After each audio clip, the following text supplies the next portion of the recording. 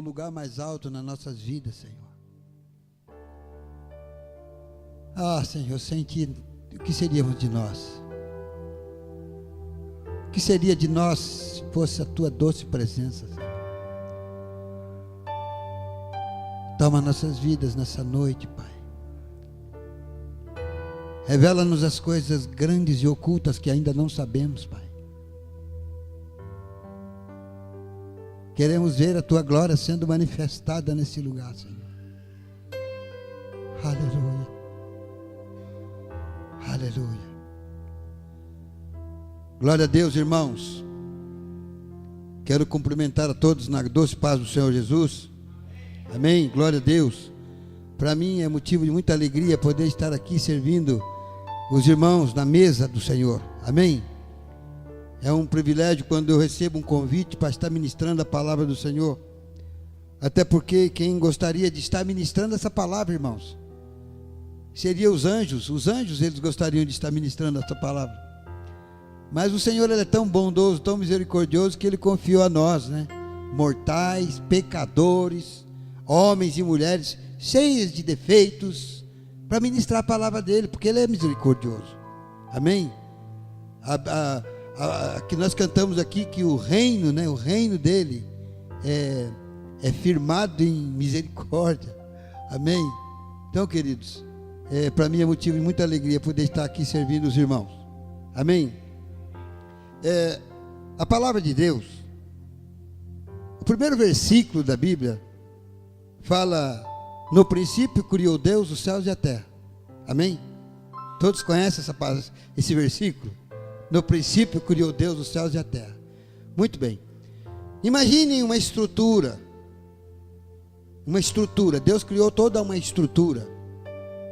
No princípio, nos céus e na terra.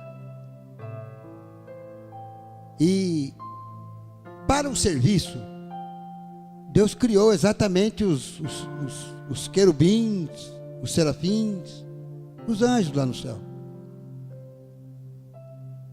Quando o pastor Diego ministrou essa palavra agora, que Deus colocou no teu coração, e ele falou alguma coisa do que nós temos oferecido para o Senhor. E muitas vezes nós oferecemos coisas que exatamente foi aquilo que Deus não pediu. Muitas vezes nós trabalhamos, damos o nosso trabalho para o Senhor. Mas veja só, note que eu quero dizer aqui para os irmãos. Para trabalhar, Deus havia já criado os seus servos. No princípio criou Deus os céus e a terra. E junto com essa criação Ele criou a estrutura de trabalho. E aí no versículo 2 Ele percebeu que a terra estava sem forma e vazia, e o Espírito de Deus pairava sobre a face do abismo. E no versículo 3 Ele começou então a criação. Ele começou a criação na terra, mas no céu já havia sido determinado o trabalho para os anjos. E aí ele disse: haja luz, e houve luz. E ele foi criando, até que no sexto dia Ele formou o homem. Agora eu falo uma coisa: por que Ele criou o homem? Pergunto, por que Ele criou o homem? Porque Deus, Ele criou os servos para servi-lo, mas Ele não tinha alguém para se relacionar, para ser confidente dEle. Eu digo até que Deus, Ele chegou pode ser até soar como uma heresia, mas a impressão que se tem é que parece que Deus estava meio como diz, meio deprimido. Ele queria alguém para relacionar com Ele. E aí então Ele resolveu: façamos nós o homem. Quando Ele disse para a terra produzir árvores, Ele disse: terra, produza árvores. E hoje, por exemplo, se nós arrancarmos uma planta da terra, o que acontece com essa planta? Ela morre. Por que ela morre? Ela morre porque a fonte de vida dela está na terra. Quando Deus falou para o mar produza peixes, o mar produziu peixes. E quando você vai lá pescar lá ou no aquário, ou no rio, ou na lagoa, onde for, Você vai pescar, você tira um peixe da água. Em poucos minutos ele morre. Por que que ele morre? Porque a água é a fonte de vida dele. Agora, quando ele voltou, quando ele pensou em criar alguém para compartilhar com ele a própria vida dele, ele disse: façamos o homem. Ele não terceirizou. Ele não pediu para alguém fazer. Ele falou: nós vamos fazer. Façamos o homem conforme a nossa imagem e semelhança. Quer dizer, alguém que fosse compatível com ele, que se relacionasse com ele. Então, queridos, nós não fomos feitos. O propósito de Deus para a nossa vida não é trabalho, e sim relacionamento, e sim intimidade com Deus. Deus criou você, meu amado, para se relacionar com Ele, para ter uma intimidade com Ele. Ah, mas então quer dizer que pastor, eu não preciso mais trabalhar? Às vezes, o relacionamento gera trabalho.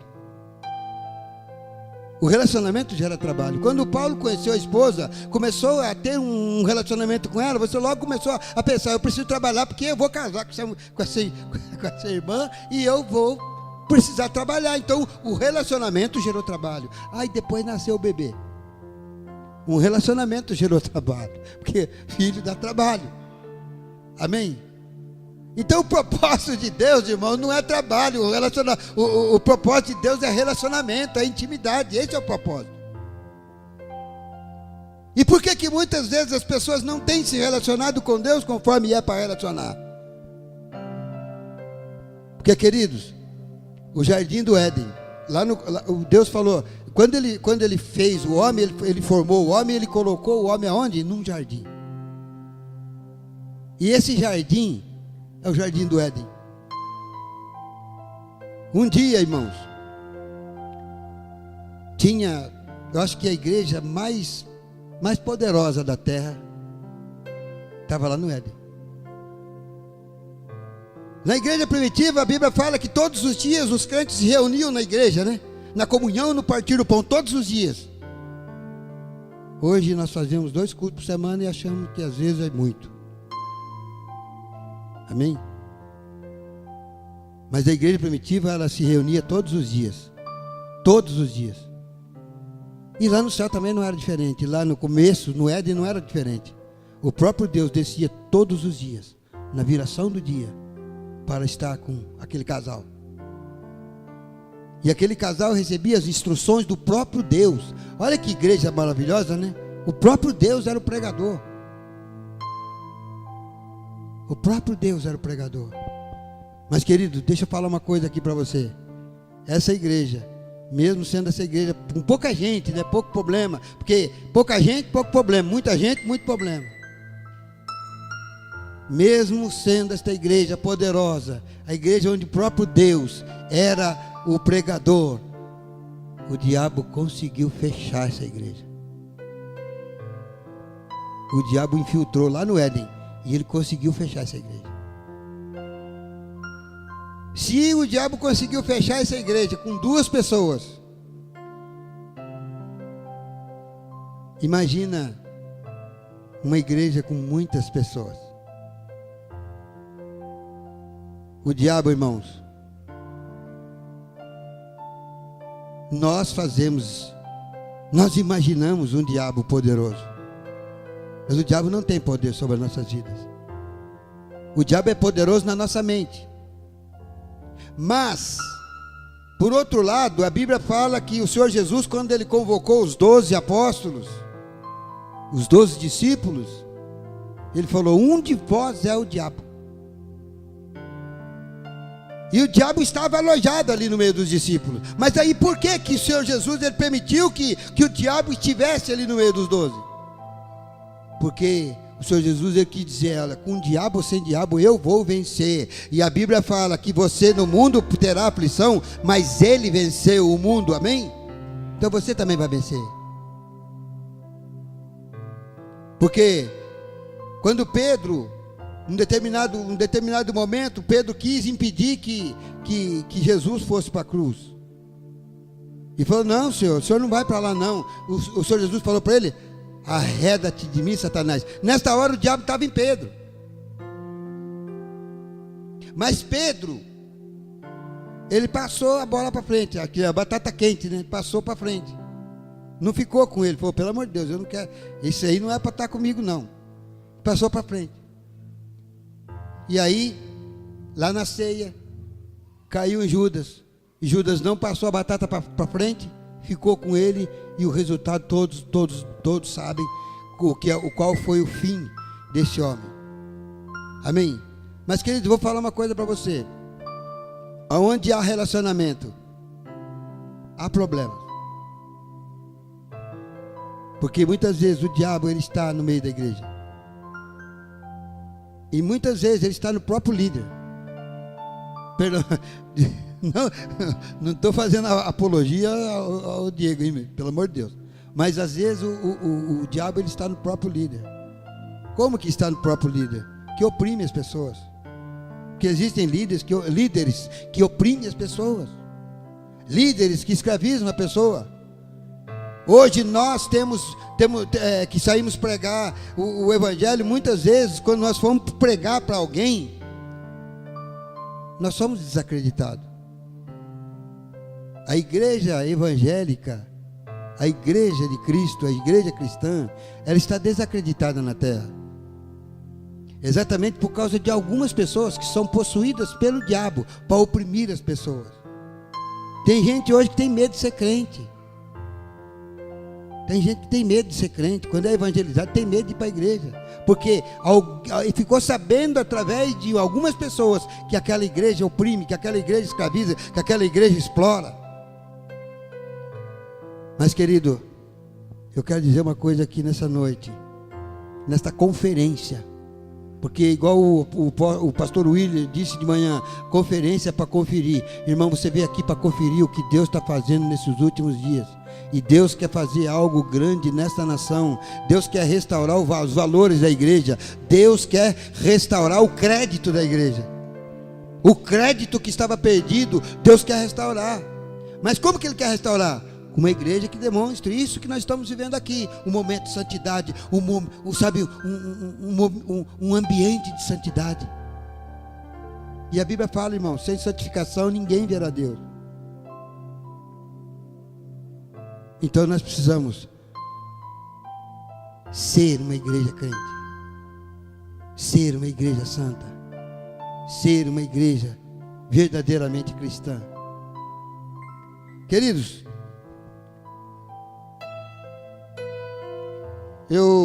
quando eu recebi o convite do pastor Diego, eu comecei a logo questionar algumas coisas dentro de mim.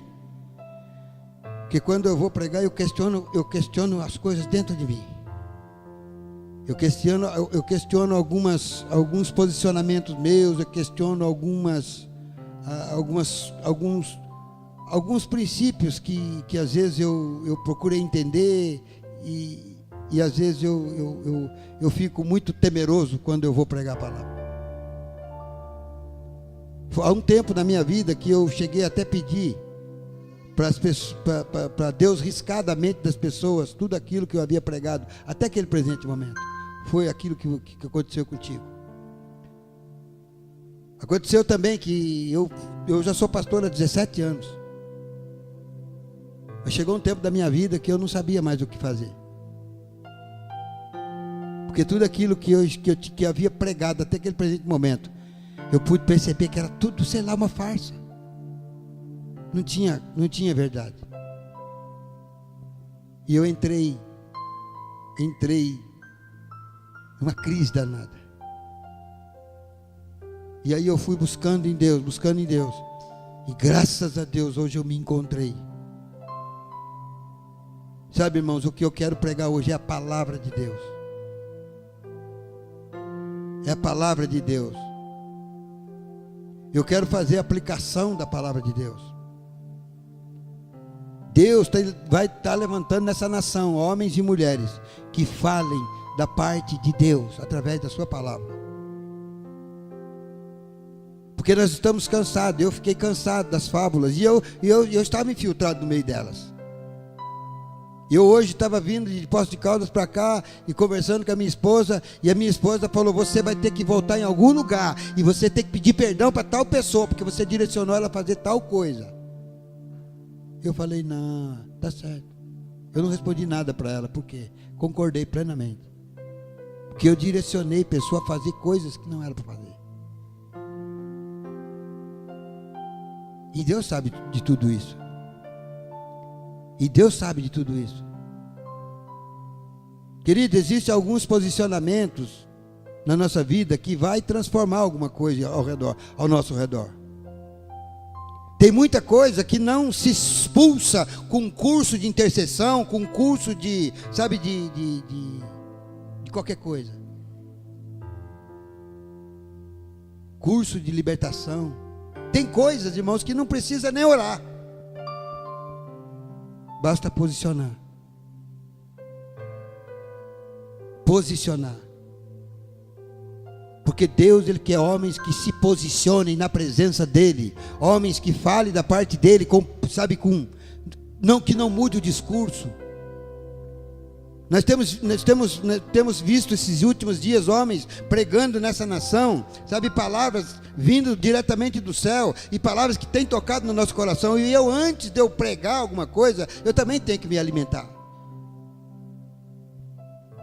E às vezes tem gente que fala assim: olha, ouça tal pastor, tal pastor, tal pastor, tal pastor. Não, eu às vezes até ouço. Mas, irmãos, o que a gente vê na nação hoje são pastores pregando fábulas, pastores pregando filosofia. As suas palavras não dá o norte, não dá uma direção, não dá direção para ninguém. A Bíblia, quando fala que o meu povo está sendo destruído por falta de conhecimento, lá em Amós fala isso. Esse conhecimento, essa palavra na íntegra, no original, diz entendimento. Porque, irmão, se você entender qualquer palavra pregada aqui nesse púlpito, se você entender na íntegra, vai mudar o rumo da tua vida, vai mudar o rumo da tua história, vai mudar o rumo do teu ministério, do teu trabalho. Por que é que existem pessoas que às vezes ficam 20 anos na igreja, 20, 30 anos na igreja? Eu conheço pessoas assim, que não muda, não tem transformação, não tem paixão. Por quê? Porque não entenderam. E o apóstolo Luiz Hermínio diz, que aquele que quando eu entendo eu desfruto, quando eu não entendo eu não desfruto. Queridos, eu quero falar algo aqui muito sério. A terra é um lugar de desfrute. A terra é um lugar de desfrute. A Bíblia fala em Mateus capítulo 5.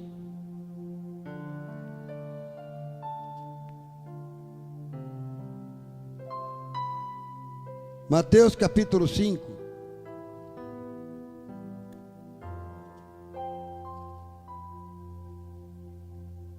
No verso 10. 10 e 11. Bem-aventurados os perseguidos, que por causa da justiça, porque deles é o reino de Deus. Bem-aventurados sois quando por minha causa vos injuriarem e vos perseguirem, mentindo, disserem todo o mal contra vós. Existem muitas pessoas que não querem pagar preço. Não quer pagar preço. E aqui o Senhor Jesus fala que bem-aventurado aqueles que são perseguidos por causa do Evangelho. Agora, tem pessoas que não se posicionam, para viver o Evangelho do Reino, porque não adianta só pregar o Evangelho do Reino, eu tenho que viver o Evangelho do Reino. Por que eu falo que a terra é o lugar de desfrute? Irmãos, eu vou falar uma coisa para você: o seu inferno pode ser aqui na terra. E o céu pode ser aqui na terra também, para aqueles que não querem nada com Deus. Para aqueles que dão uma adoração meia boca, para aqueles que não querem compromisso sério com Deus. É o céu. Existem pessoas que estão preparadas para viver o céu aqui na terra. Estão presas, sabe, a dinheiro, estão presas às riquezas, estão presas nas coisas da terra. Estão presas. Pessoas que às vezes vêm para uma igreja, vão para uma igreja, eu não sei se é essa aqui é o caso. Pessoas que vão para a igreja atrás de arrumar namorada, arrumar namorado, principalmente os jovens. Tem pessoas que vão para a igreja atrás daquilo que Deus pode dar para elas, e Deus pode dar muita coisa. Mas elas vão por causa das coisas, são interesseiras. Pessoas que vão lá, porque eu preciso agora comprar um carro, vou fazer uma campanha lá de 7, terça, quarta, quinta, sexta-feira, para Deus me dar um carro. Outros vão para a igreja para buscar, eu estou interessado em adquirir a minha casa própria, eu preciso buscar em Deus uma direção para mim comprar minha casa própria. Irmão, Deus pode dar tudo isso. Mas qual é a motivação do nosso coração? É a criação ou o Criador? Irmãos, nós nascemos para adorar o Senhor. Nós nascemos com um instinto de adoração. E a adoração vem dele. Ele colocou esse DNA de adoração na nossa vida. Agora, o que adianta eu correr atrás das coisas? Irmão, deixa eu falar uma coisa para você. Se a motivação de você vir à igreja é uma casa, a casa cai. Se a motivação do teu coração é vir para a igreja para conquistar um carro, o carro é lata, apodrece. Se a motivação do seu coração é vir para a igreja para arrumar um marido ou uma esposa, ela também é finita. Os dois são finitos. Os dois têm o mesmo destino que você. Queridos, ganhe a sua vida nesse mundo buscando aquilo que é precioso. Abraão, todos conhecem aqui a história de Abraão. Abraão era um homem riquíssimo. E a Bíblia fala que ele habitava em tendas porque ele aguardava por algo superior. Ele sempre esperava por algo superior. Então ele habitava em tenda. Tenda é um casebre, ou um rancho de favela, alguma coisa semelhante. Não era um palacete. E ele tinha muito. Mas ele aguardava sempre por algo superior. E Deus quer promover algo superior nas nossas vidas nesses últimos dias. Nós estamos vivendo os últimos dias nessa terra. Portanto, se prepara, igreja. Prepara-te, ó Israel, para encontrar com o teu Deus. Começa a se relacionar intimamente com o seu Criador. Começa a se relacionar intimamente com o seu Criador. Portanto, se você é injuriado, você é perseguido por causa da justiça, saiba que aí você faz parte do reino. Deus quer homens igual a João Batista, que não mediu esforço para falar aquilo que tinha que falar. João Batista veio para fazer algo e ele fez aquilo que ele veio para fazer. Então, irmãos, procure saber o que é que realmente, sabe, Deus quer que você faça.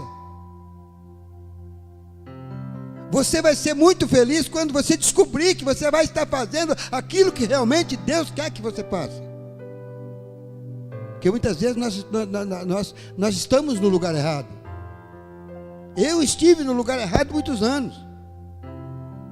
E foi muita frustração, irmão. E eu aprendi a agradar a Deus.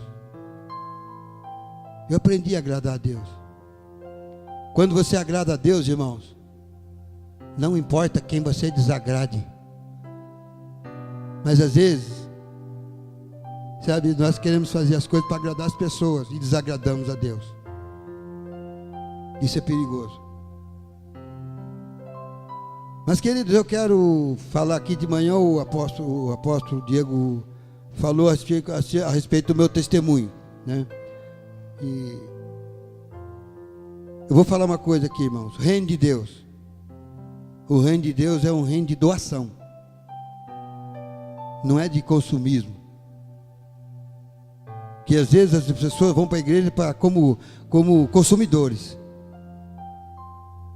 Mas o reino de Deus, Deus quer levantar nessa geração, sabe, nessa nação, Ele quer levantar os provedores, os mantenedores do reino. Pessoas que se doam, pessoas que não meçam esforços, sabe, para contribuir, sabe, com tudo. Porque Deus, Ele não quer apenas 10% do meu salário. Deus não quer só o meu dízimo. Porque eu vou falar uma coisa, que eu vou explicar algo aqui agora, pastor Diego. Porque quando o Senhor Jesus, Ele morreu lá na cruz, Ele morreu na cruz, não morreu? Todos sabem que Ele morreu na cruz? Ele morreu na cruz para ser o quê? O nosso Salvador. Mas depois que Ele se tornou o nosso Salvador, agora Ele é o nosso Senhor, irmão. Agora é a nossa vez de morrer por Ele.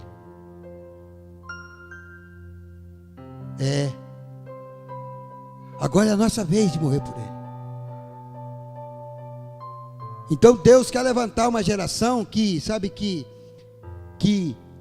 olha a situação do mundo lá fora de uma forma diferente. A igreja, ela precisa, o culto precisa começar, a hora que terminar esse culto aqui. A hora que você sair daquelas portas aí, o culto precisa começar lá fora. E esse culto vai até o outro próximo culto aqui. Tem que ser lá fora, tem que dar continuidade lá fora. Porque existem muitas pessoas lá fora que precisam de você. Que precisam da tua ajuda. Que precisam do teu abraço. Irmãos, as pessoas lá de fora, elas não precisam mais, sabe, alguém que aponte para elas e fale que ela é pecadora, que ela é moribunda. Não precisa disso mais, porque o mundo já maltrata elas demais. O mundo já maltrata essas pessoas demais. E nós precisamos ser os 5 sentidos. Você tem 5 sentidos? Você tem boca? Tem nariz? Tem ouvido? Tem olho? E tem mão?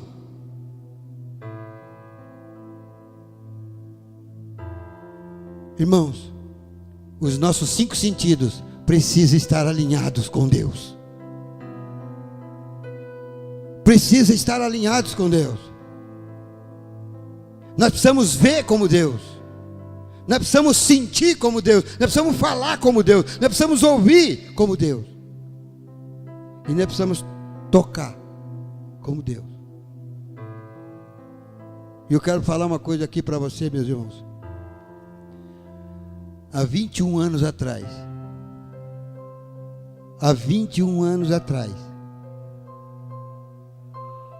eu era um morador de rua.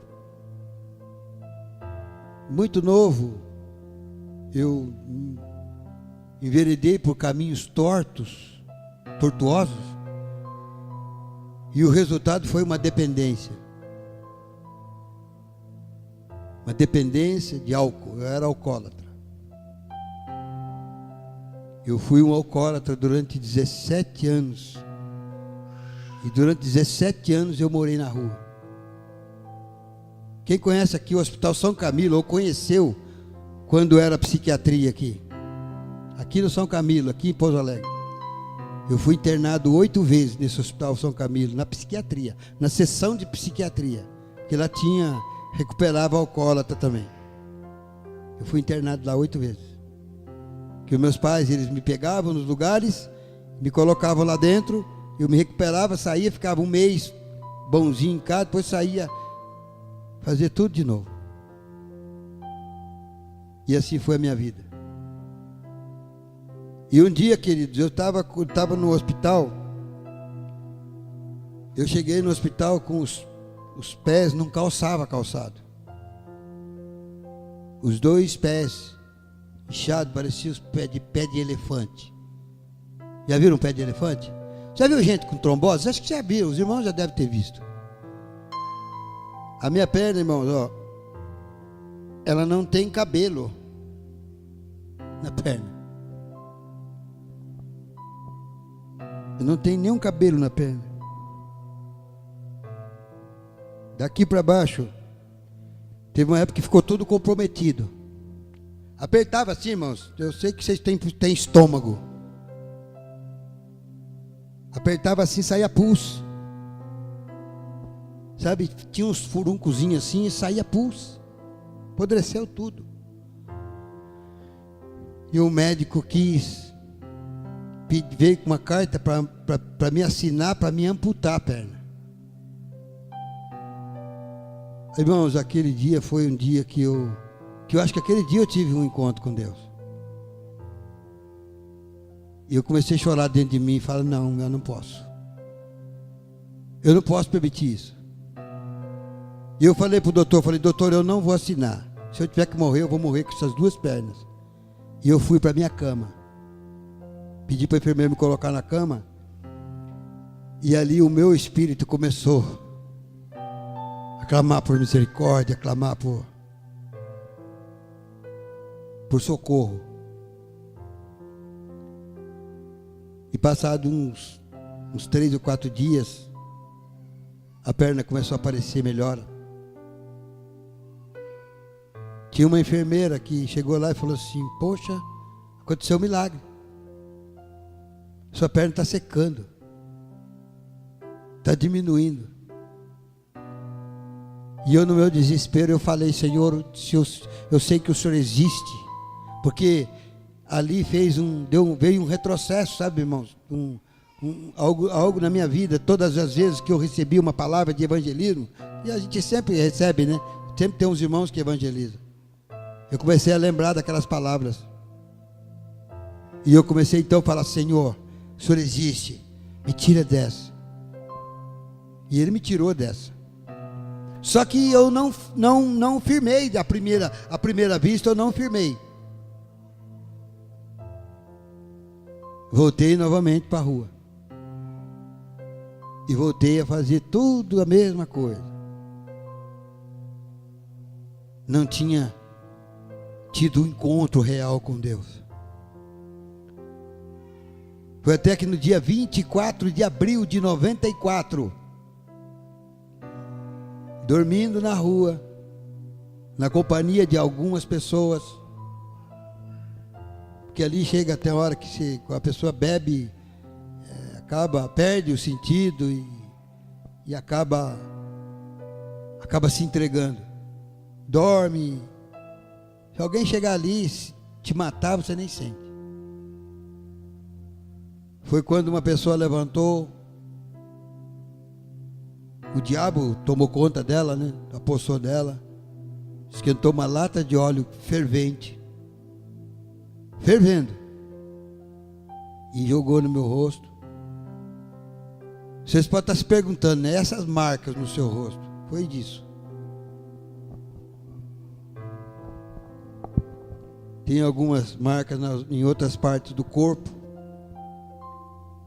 E eu vim parar quem conhece aqui o Hospital Samuel Libânio? Eu vim parar no Hospital Samuel Libânio. Fiquei ali 100 dias, exatamente 100 dias. No isolamento. Podre. Ficava só de uma cuequinha, porque não podia pôr roupa, porque grudava tudo. Dormia numa cama, essa cama de napa, sem lençol, sem nada. O meu cobertor era um cobertor no arco, só para aquecer, era um arco. Entrava um médico ali uma vez por dia com uma máscara para me medicar. O enfermeiro, quando entrava todo cheio de máscara. Eu fiquei no isolamento. E quando eu voltei para a rua, quando Deus me liberou dali, me deu alta, eu não escutei ainda a voz do Senhor. Eu ainda não dei crédito à voz do Senhor. E eu voltei para a rua. Eu voltei para a rua e fui morar debaixo de uma ponte ali na cidade de Cambuí, na Fernão Dias. E eu morando ali na ponte, debaixo daquela ponte, bebendo, todo dia bebendo. Um dia eu fui até a prefeitura da cidade para pedir socorro, para pedir comida. Ou pedir dinheiro para que eles me pusessem no ônibus, que eu fosse para a cidade mais próxima. Sabe que o serviço social da prefeitura, né, irmão? Eles fazem isso. Quando chega um mendigo na cidade, a primeira coisa que eles fazem, dá um dinheiro, vá para a próxima cidade. Vai perturbar o vizinho aí. E coloca no ônibus e manda para outra cidade. E eu fui lá até para isso mesmo, para pedir alguma coisa, para ir embora para outra cidade. Eu queria sair dali. E eu fui ali em Cambuí, tem o passe municipal. Eu fui jogado lá na rua por um guarda, que hoje esse guarda é convertido. Depois que ele me viu na igreja, ele se converteu. E eu naquele estado, sabe, irmãos? Eu estava, hoje, você olhando para mim assim, eu já estou bom. Já deu uma arrumada, já fiz algumas cirurgias plásticas, que me deu uma arrumadinha. Não chegou a ficar 100%, mas, né, deu uma arrumadinha. E aí, queridos, lá na rua, apareceu uma senhora desse tamanho. Uma senhorinha bem magrinha, branquinha, e falou: você está nervoso, né? Eu falei: estou. Você está pedindo ajuda, você está precisando de ajuda, né? Estou. E aí ela disse assim: olha, lá na Praça da Bandeira, estou começando um trabalho lá com uma igreja que está vindo de São Paulo. Lá tem um casal de missionários e um casal de pastores lá. Vai lá, quem sabe eles te ajudam. Quem sabe lá você recebe a ajuda que você está precisando. Eu não pensei duas vezes. Virei as costas e fui embora. Nunca mais eu vi aquela mulher. Eu nunca mais eu vi aquela mulher. Eu vi aquela única vez. E eu fui lá para essa casa. Era uma casa, era um trabalho numa casa. E ali eu cheguei, eu encontrei um pastor. Esse homem se chama Pastor Mariano. Esse Pastor Mariano, irmãos, a primeira coisa que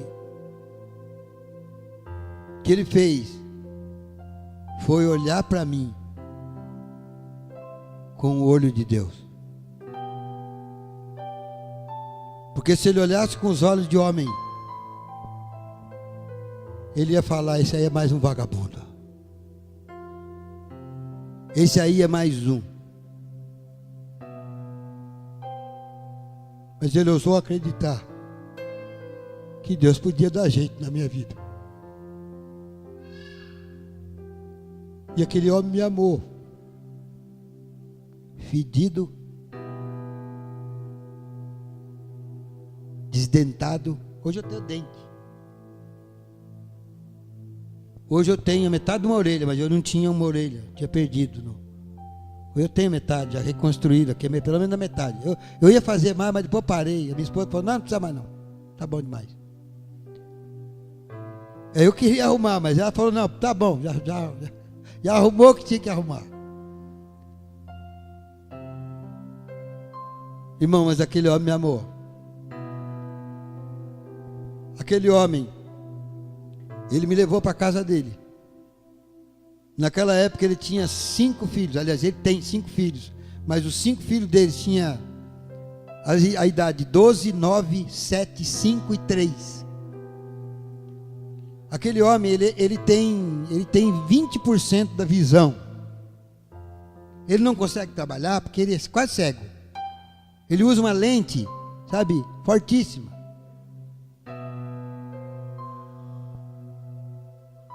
Aos olhos humanos, aqueles filhos dele iam ser todos eles semi-analfabetos. Porque hoje quem tem primário aí é semi-analfabeto. Pela condição monetária dele, que os filhos dele não iam dar nada. Mas, querido, Deus cuidou daquele homem. Deus cuidou daquele homem de forma sobrenatural, que todos os filhos deles formaram numa universidade. A caçulinha, que quando na época tinha 3 anos, hoje está com 25 anos, é uma missionária no Haiti. Ela é engenheira mecânica, aliás, é engenheira civil, e tem um projeto de São Paulo que está reconstruindo o Haiti, e ela foi enviada para lá como voluntária, para fazer a reconstrução de um país. Deus cuidou dele. Deus cuidou da família dele. E eu só estou aqui, irmãos. Só estou aqui hoje porque um homem olhou para mim com os olhos de Deus. Ele teve ouvidos de Deus para me ouvir. Ele teve o coração de Deus para me entender.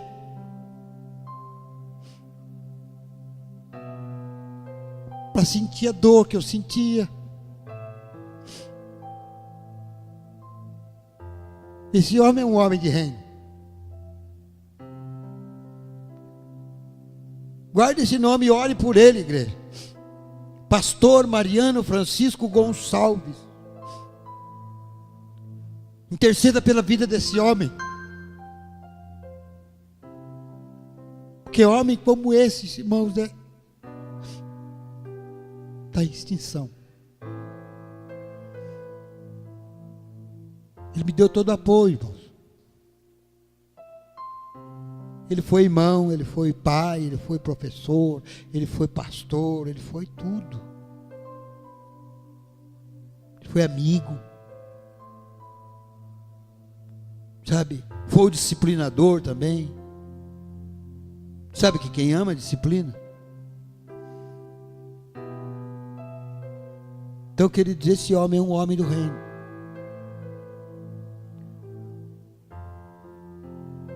E Deus quer levantar homens como esse. Deus quer levantar homens como este para fazer diferença nessa nação, para mudar o quadro dessa nação, amém? Para que mendigos que ora estão debaixo de ponte, sabe, nos seus pecados, né, possa cumprir essa palavra. Onde abundou o pecado, venha superabundar a graça.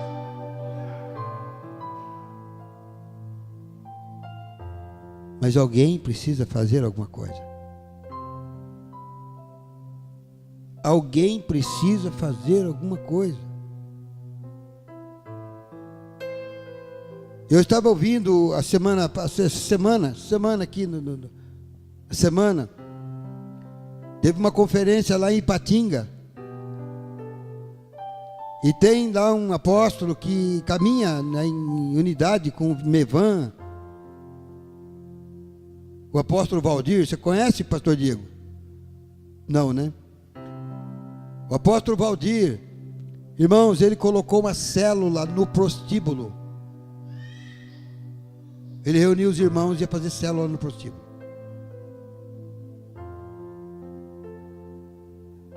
Tem lugares que são pontos de travestis, nas praças. Ele começou a procurar os pontos e ele começou a se reunir lá. E o Otávio, um irmão que era da cidade de Cambuí, que logo quando eu me converti, ele também se converteu, ele mora lá em Ipatinga, é meu amigo. Ele mandou para mim umas fotos de travestis, assumidos. Travestido, né? É uma mulher. Hoje é pai de família. Pai de família. Prostitutas que muitas vezes estão lá jogadas naquele lugar, sendo exploradas, não porque elas querem, porque o mundo as oprime e obriga que elas façam e levem esse tipo de vida. Nós precisamos fazer algo para mudar o quadro dessas vidas, irmãos, porque Jesus morreu por elas. Jesus morreu pelas prostitutas. Jesus morreu pelos homossexuais. Jesus morreu pelo ladrão. E outra coisa, Jesus inaugurou o paraíso com um ladrão. Na cruz, Ele deu oportunidade para o ladrão.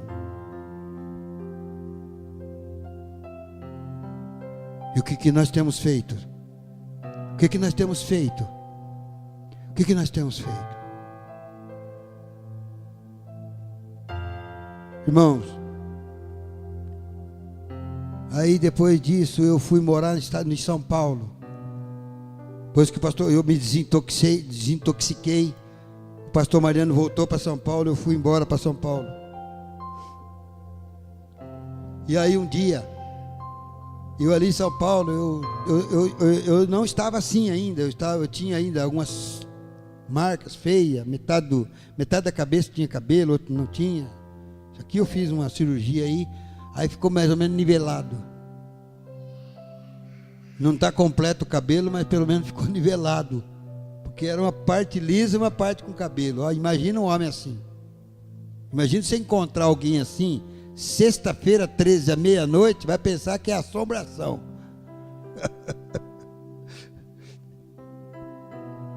Eu estava assim. Aí eu fui para São Paulo, irmãos, e no desespero, naquele desespero, eu tinha na época 40 anos. Hoje eu estou com 62. Eu tinha 40 anos na época. Eu chegava ali e via, né, os casais namorados, namorando, os casais já casados com as suas esposas, e eu sozinho. E aí um dia eu pensei comigo, eu vou pedir para Deus. Eu sempre ouvia falar assim, você quer alguma coisa, peça para Deus. E aí um dia eu fiz uma oração simples. Você sabe que Deus, ele responde a oração simples. A oração sincera é aquela que sai lá do fundo do coração. E aí eu falei, Senhor, se for da tua vontade que eu venha constituir uma família e ter uma companheira do meu lado, faça com que ela olhe para mim não com o olho de uma mulher, mas um olho do Senhor.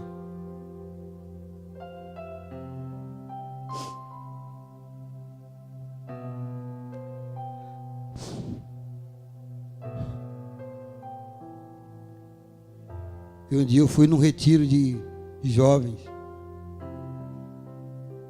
e apareceu lá uma jovem que olhou para mim com os olhos de Deus.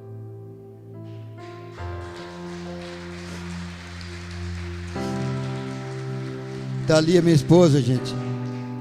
Está ali a minha esposa. Ela pediu para não pedir para ela ficar de pé. Ela não vai ficar de pé, vocês já estão vendo ela. Está lá aquela moça bonita lá. Linda. Olhou para mim com os olhos de Deus. E a minha companheira, inseparável até os dias de hoje. Ela que me pastoreia. Ela cuida de mim em tudo, viu, irmão? Cuida da minha roupa, arruma minha mala para viajar. Ultimamente virou rotina agora. Desarruma a mala e arruma a mala. Que eu tenho pregado em vários lugares. Sabe, irmãos, eu às vezes eu nem peço para, eu não faço agenda, eu não abro agenda. Ah, minha agenda está aberta. Não. Sempre tem alguém que fala, pastor, vem pregar aqui. Igual eu cheguei aqui hoje. Eu vim aqui hoje para assistir o culto de manhã e ir embora. Pastor Diego, você prega. É assim, irmão. Mas está aí a minha esposa, que me ajuda, que me chama atenção quando eu estou errado. Você sabe que a gente erra, né? E a mulher, irmãos, ela tem um sentido mais aguçado, né, das coisas. O apóstolo Luiz Hermínio diz assim, agora vou falar para os homens. Homens, ouça a voz do Espírito Santo e a sua mulher. Amém?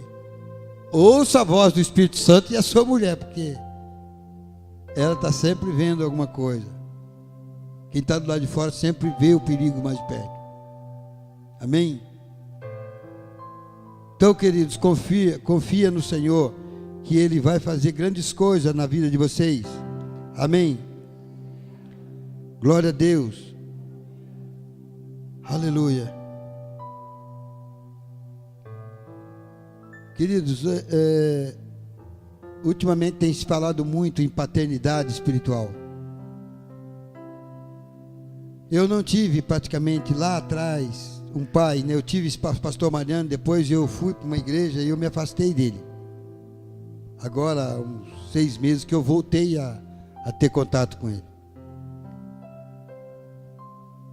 Mas a igreja, a visão do reino, fala muito de paternidade. Não caminhe só. Sempre ande com alguém mais experiente que você, que exerça a paternidade sobre a sua vida. Alguém que fala na sua vida. Alguém que... Eu tenho alguém que aponta o dedo para mim e fala: você está errado. Todos nós precisamos desse pai, amém? Todos nós precisamos desse pai. Ah, Senhor. Deus, nós te adoramos, Senhor. Nós te adoramos, Senhor. Tu és o único que é digno de ser adorado nesse lugar. Porque o Senhor olhou para nós, mesmo não vendo qualidade alguma, mas o Senhor teve misericórdia de nós.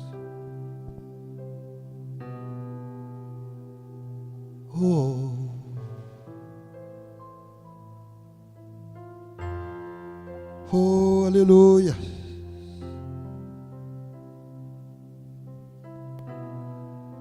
Só a igreja pode mudar o quadro dessa nação. E você faz parte desse corpo. Você faz parte desse corpo, irmão. Você que faz parte desse ministério, ou está visitando hoje aqui. Sabe? Deus só pode se mover nessa terra através de você. Deus só pode fazer algo grande nessa terra através da sua vida. Assim como Ele usou grandes homens do passado, e esses homens do passado eram homens anônimos. Eram homens anônimos.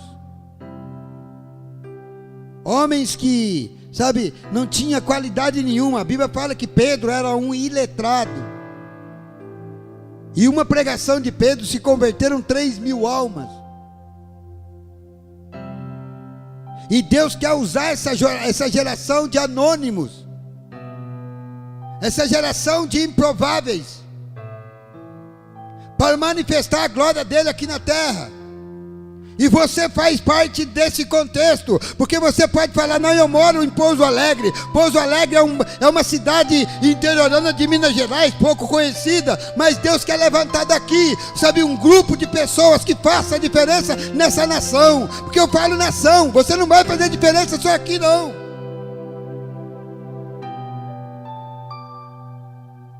Deus quer usar você.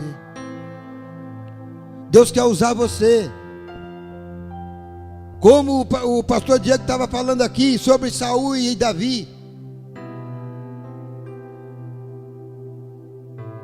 Davi foi o maior adorador da Bíblia, amém, amados?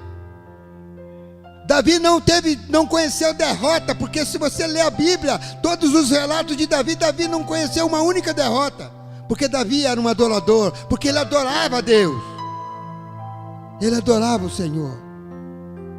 Saul, ele amava um trono, não amava Deus, amava um trono, amava algo que Deus deu para ele. Irmãos, nós temos que tomar cuidado para nós não colocarmos as coisas que Deus nos deu no lugar de Deus. Davi não, Davi, ele amava Deus. Então ame a Deus, irmãos. E Deus tem um mistério com os adoradores. Deus tem um segredo com os adoradores. João recebeu a revelação do fim dos tempos. O Apocalipse foi escrito por João. Tem pessoas que não gostam do Apocalipse, mas o Apocalipse é o livro mais precioso da Bíblia. porque mostra o fim de tudo. João viu o arrebatamento, João viu o milênio, João viu a história da igreja. João viu tudo, porque ele era um adorador. Porque quando você se torna um verdadeiro adorador, como o pastor Diego disse aqui, que Deus está à procura dos verdadeiros adoradores. Se você se tornar um verdadeiro adorador, Deus vai revelar coisas grandes para você que nem a NASA sabe.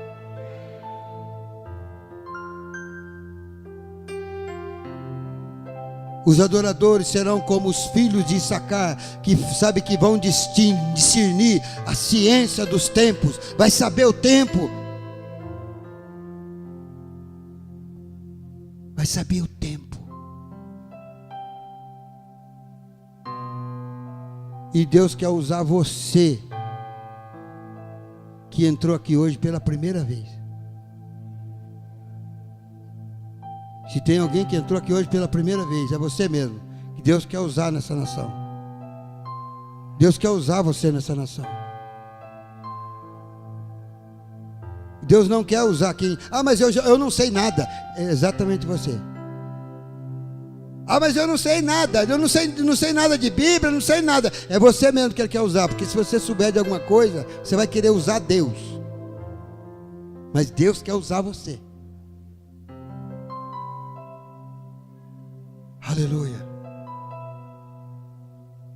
Irmãos, eu vou contar aqui rapidinho a história de José. Quem conhece a história de José? Conferência não é culto.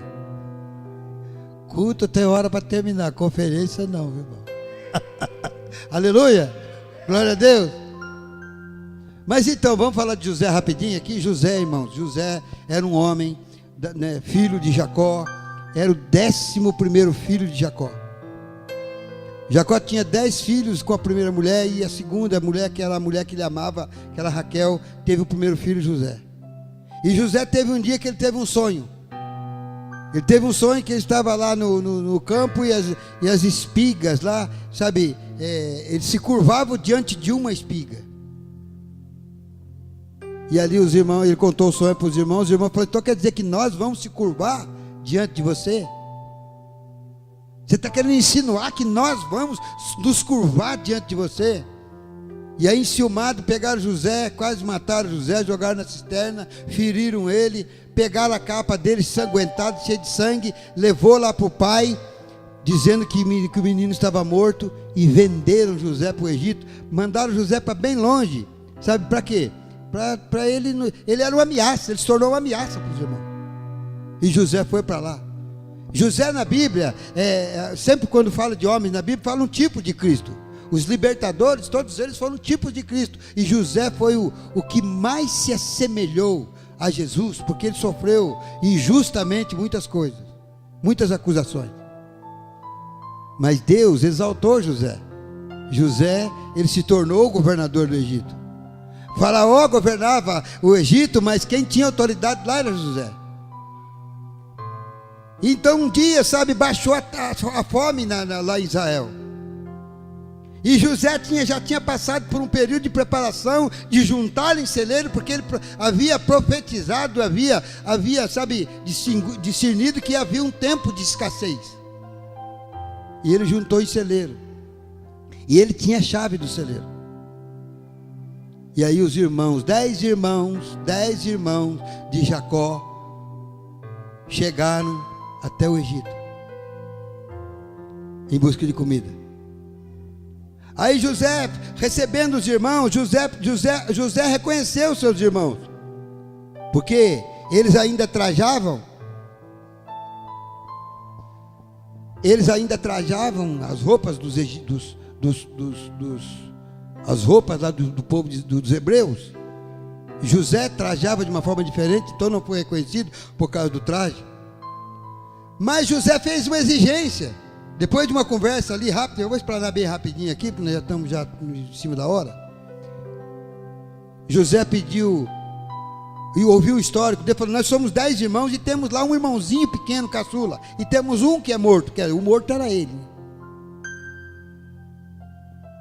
E José falou: eu vou servir mantimento para vocês. Porque naquele momento José entendeu que aquele irmãozinho caçula que estava lá era o irmão legítimo dele. E ele sentiu no coração o desejo de conhecer o irmão. E aí ele falou: eu vou fazer uma exigência. Eles vão lá, vão ter que trazer o meu irmãozinho mais novo, esse filho mais novo. E aí os irmãos, ficou um, e os irmãos foram e trouxeram Benjamim na presença de José. E aí, vamos ler a palavra aqui, o que diz a palavra do Senhor aqui? Em Gênesis capítulo 43, no verso 29, diz assim: e levantou José os olhos e viu a Benjamim, seu irmão, filho de sua mãe, e disse: é este o vosso irmão mais novo, a quem me falastes? E acrescentou: Deus te conceda graça, meu filho. José se apressou e procurou onde chorar, porque se movera no seu íntimo para com seu irmão, e entrou na câmara a chorar ali. Depois lavou o rosto e saiu, e conteve-se e disse: servi a refeição. E servindo-lhe a parte a ele, a eles também a parte, e a parte dos egípcios que não comiam com ele, porque aos egípcios não era lícito comer pão com os hebreus, porquanto isso é abominação para os egípcios. E apresentaram diante dele o primogênito segundo a sua primogenitura, e os mais novos segundo da sua maioridade, e disto os homens se maravilharam entre si. Então lhes apresentou porções que estavam diante dele, e a porção de Benjamim era 5 vezes mais do que os demais.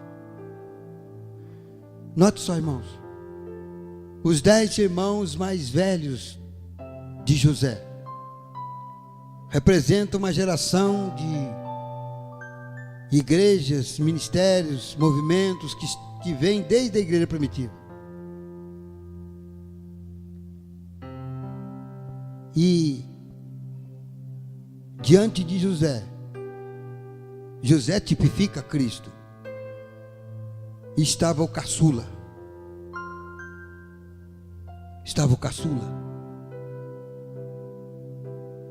E para aquelas 10 gerações, Deus deu uma porção.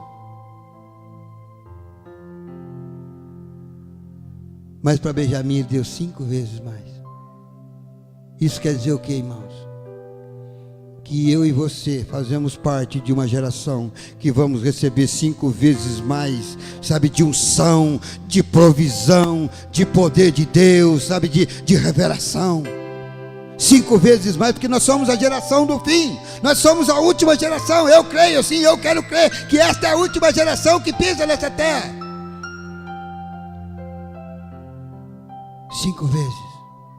Prepara, pastor Diego, que vai vir pessoas aqui, sabe, te procurar, vai vir pessoas de muitos lugares procurar esse ministério aqui, porque aqui se prega a palavra. Isso aqui vai ficar pequeno diante de algumas circunstâncias que Deus vai preparar para esses dias do futuro. 5 vezes mais.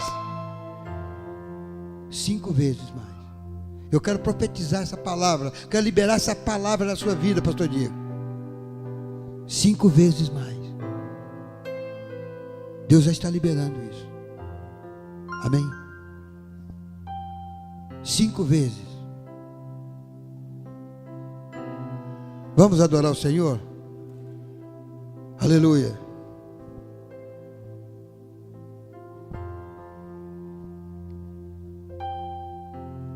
Queridos, eu quero fazer um apelo aqui.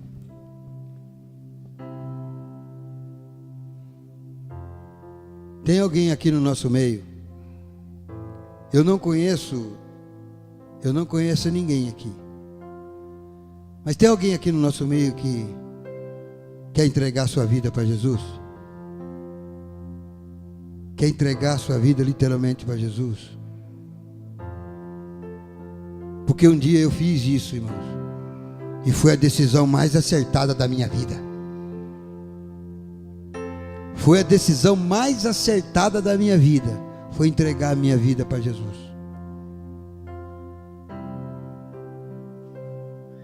Se tem alguém, levante do teu lugar, que Deus quer salvar a sua vida hoje. Deus quer salvar você hoje.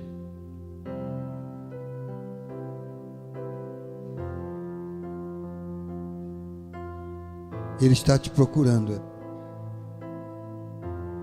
Ele está te procurando. Oh, aleluia.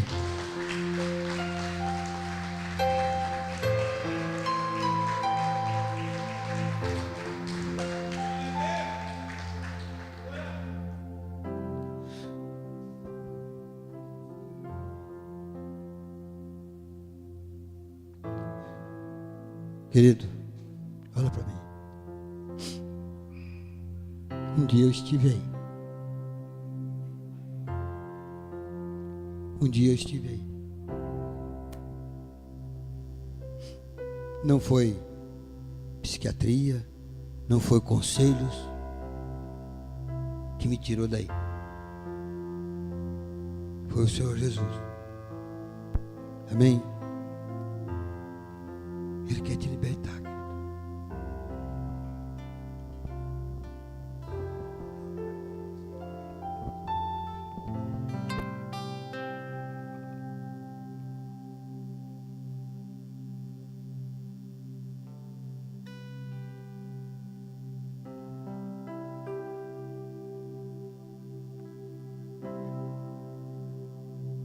A te ouvir e obedecer,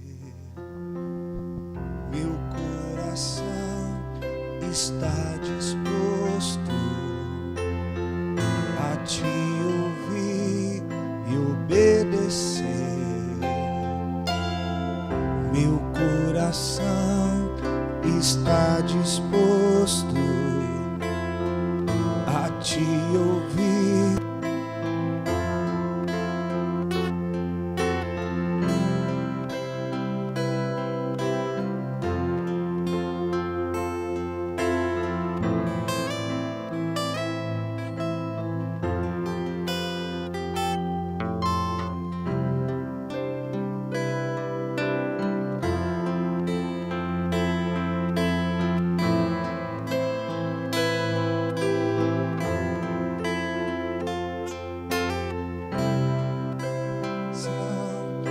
Está disposto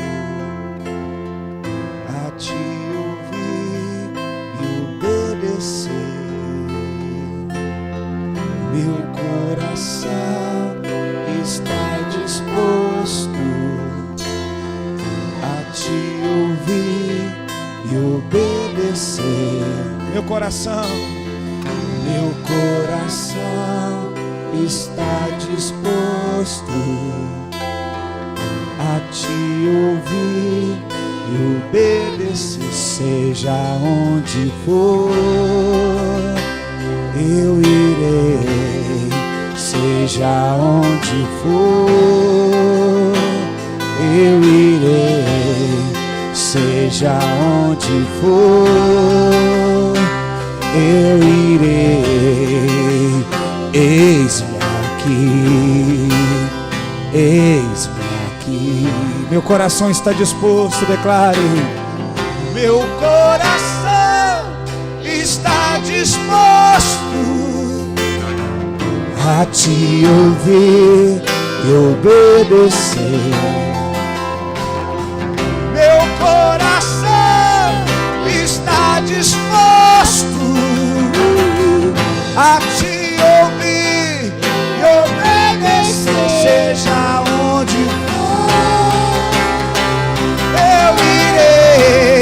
seja as prostitutas, aos perdidos, eu irei.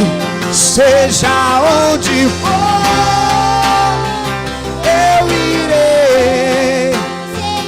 Eis-me aqui, eis-me aqui. Meu coração, declare. Meu coração está disposto a te ouvir